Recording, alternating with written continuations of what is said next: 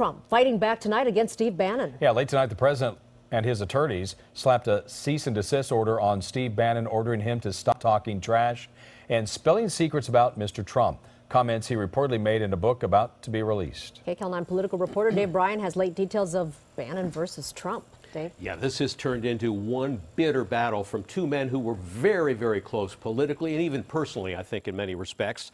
The cease and desist claims Steve Bannon signed a non-disclosure agreement when we began work on the campaign, promising not to reveal campaign secrets or say anything disparaging about Mr. Trump.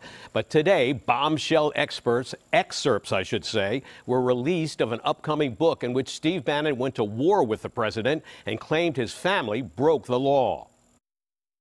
Even by the rugged standards of rough and tumble White House politics, this breakup had ugly written all over it.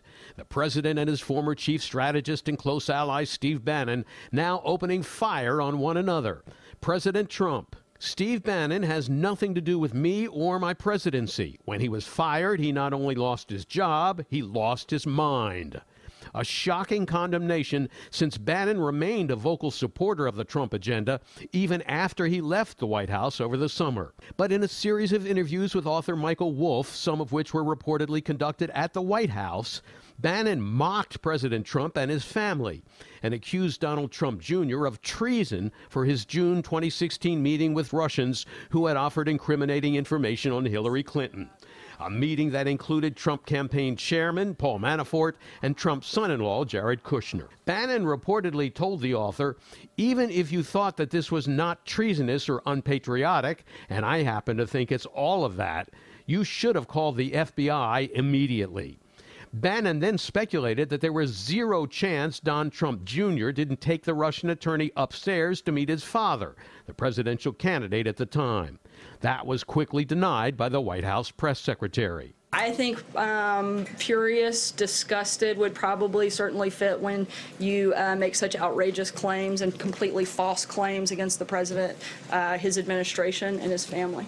Bannon also speculates that special counsel Robert Mueller's office is focusing on money laundering, claiming that Mueller has a path to Trump that goes right through Paul Manafort, Don Jr., and Jared Kushner.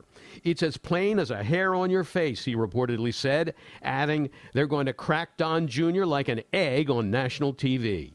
That's a far cry from what Bannon was saying to 60 Minutes a few months ago about the Russia collusion investigation. It's a total and complete farce. Russian collusion is a farce. And as you might have imagined, President Trump blasted away at his former close advisor. "Steve was rarely in a one-on-one meeting with me and only pretends to have had influence to fool a few people with no access and no clue whom he helped write phony books. Steve pretends to be at war with the media, which he calls the opposition party, yet he spent his time at the White House leaking false information to the media to make himself seem far more important than he was. It is the only thing he does well." CBS News chief Washington correspondent and anchor of Face the Nation, John Dickerson, says President Trump's attempt to distance his presidency from Bannon may be a hard sell. This is like saying you're not married to your ex-wife. It's true at the moment, but it doesn't erase the marriage. That book paints a picture of a campaign and a White House and a president unprepared and in chaos. And so the over-the-top statement by the President of the United States today about Steve Bannon doesn't really refute that picture and, in a way, may affirm it. Now, as we mentioned, attorneys representing Donald Trump are now threatening legal action against Steve Bannon, as we reported earlier. So the next round in this battle could well take place in a courtroom. But for now, the book is scheduled to be released next Tuesday, pending, of course, any possible court action. So we'll see what happens, guys. Yeah, Dave, we'll see how this plays out. Thank you so much. Sure.